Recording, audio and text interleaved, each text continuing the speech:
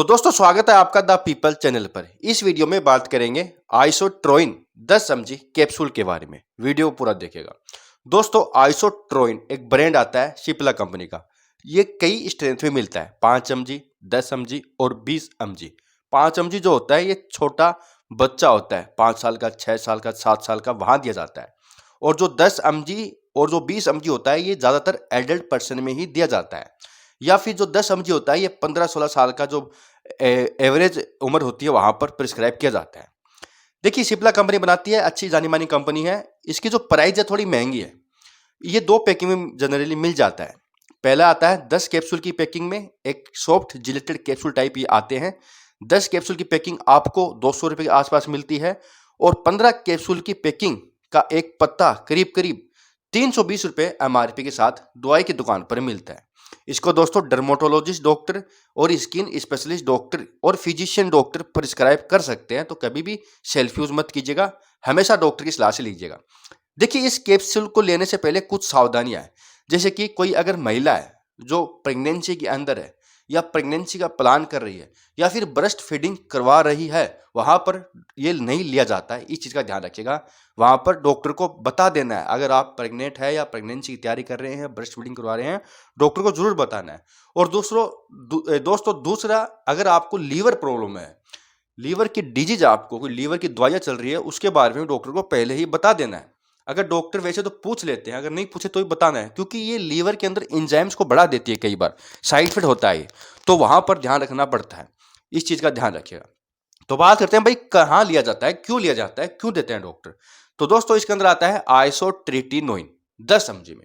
अब ये आइसोट्रिटिनोइन क्या होता है, तो देखिए आइसोट्रिटिनोइन इसके अंदर सोल्ट का नाम है। और आइसोट्रिटिनोइन दोस्तों विटामिन ए का एक डेरिवेटिव होता है। ये वहां काम करता है जहां पर फेस के ऊपर एकनी प्रॉब्लम आ रही है, बैक्टीरियल इन्फेक्शन कारण एकनी प्रॉब्लम हो रही है।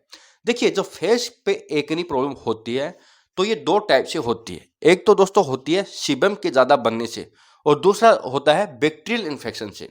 तो बैक्टीरियल इन्फेक्शन से जब एकनी होती है तो वहां पर सूजन और स्वेलिंग होती है, ईचिंग चलती है।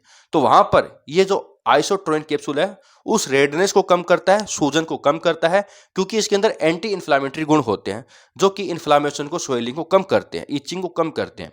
साथ ही साथ उन एकनी को प्रिवेंट कर देता है जो आगे जाके एकनी बन सकती है। यानी अगर एकनी ठीक हो चुकी है तो आगे जाके एकनी वापस ना आए, तो उसको प्रिवेंट भी करता है।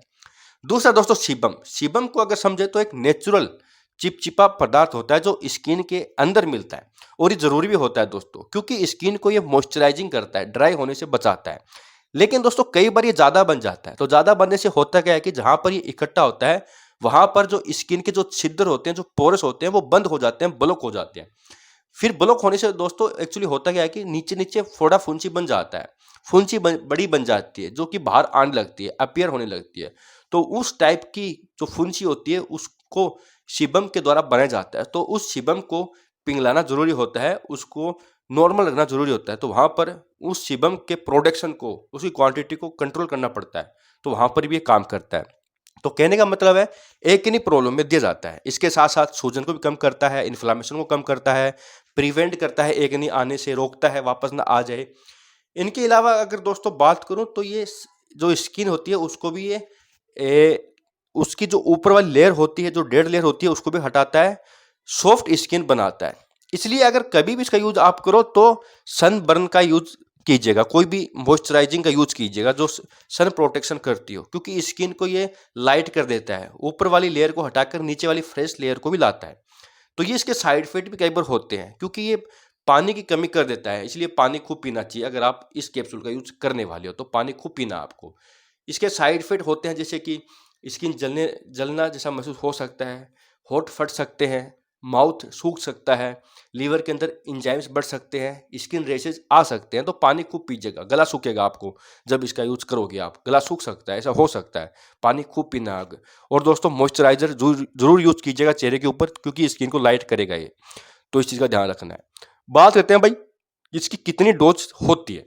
तो डोज अकॉर्डिंग अपने डॉक्टर ही लेना है, आपकी प्रॉब्लम के हिसाब से, किस प्रॉब्लम में दिया है, साथ में और कौन सी ऑर्नामेंट क्रीम दिया है, तो देखा जाता है। इसकी जो डोज होती है रोज एक भी हो सकता है, सुबह शाम भी 10 mg का हो सकता है, या एक दिन छोड़ के अल्टरनेट डे भी हो सकता है। तो डिपेंड करता है। वैसे इसको यूज करने के बाद आपको 1 या 2 वीक के अंदर रिजल्ट मिल जाते हैं। 100% रिजल्ट मिलता है, अच्छा रिजल्ट मिलता है इसका यूज करने के बाद, आपको दिखने लग जाएगा।